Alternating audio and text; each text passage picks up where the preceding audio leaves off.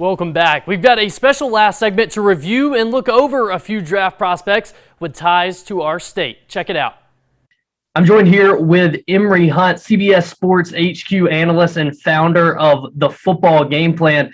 Emory, first off, thanks for joining us. I know you've got a little bit of a hand in on these smaller college guys. You released your small college draft selections, and some names popped up from around here: Luke Little, Christian Watson, Matt Waletzko. So we wanted to have you on, and we'll start right here in the hometown of Bismarck, North Dakota, with a guy like Luke Little from the University of Emory. What jumps out to you about him? Why is he a guy that you put in your mock draft? Firstly, appreciate you guys having me on. But when you look at, what Luke Little brings to the table is the fact that he's always open and he has quick, shifty, functional footwork, which allows him to work himself open. And once he gets the football, he's a big burly guy. He's 227.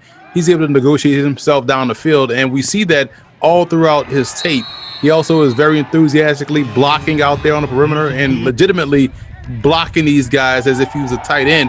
And you go and watch him down at the College Gridiron Showcase, where he's now playing at a step up of competition. He's playing against FBS guys, FCS guys, and he's doing the same things that he did at Emory out there on the field against, group of five guys, some power five guys and things of that nature. So he's someone that I think has a skill set to play at the professional level. Let's stick with the receiver position and move to NDSU with a guy, Christian Watson, that buzz keeps mounting around him. What's your insight and analysis on a guy like him who's really built up his name over the course of the past couple of years?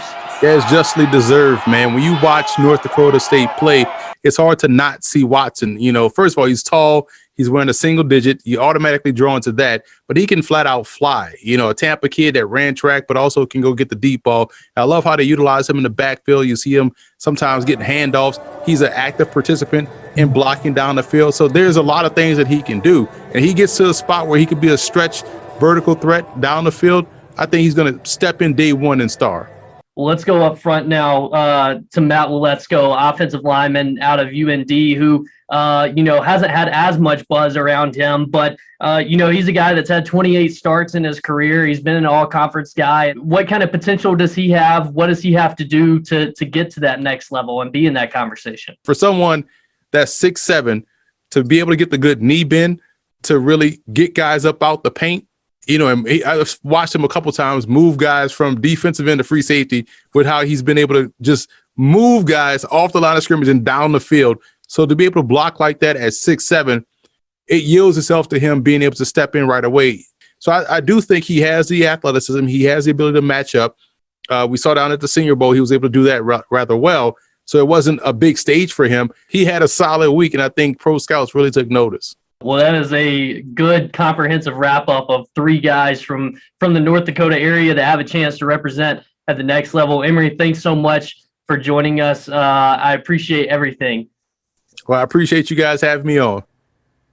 Well, you can find Emory's 2022 Draft Prospect Guide on footballgameplan.com with more on all three of those guys and more than 800 other prospects.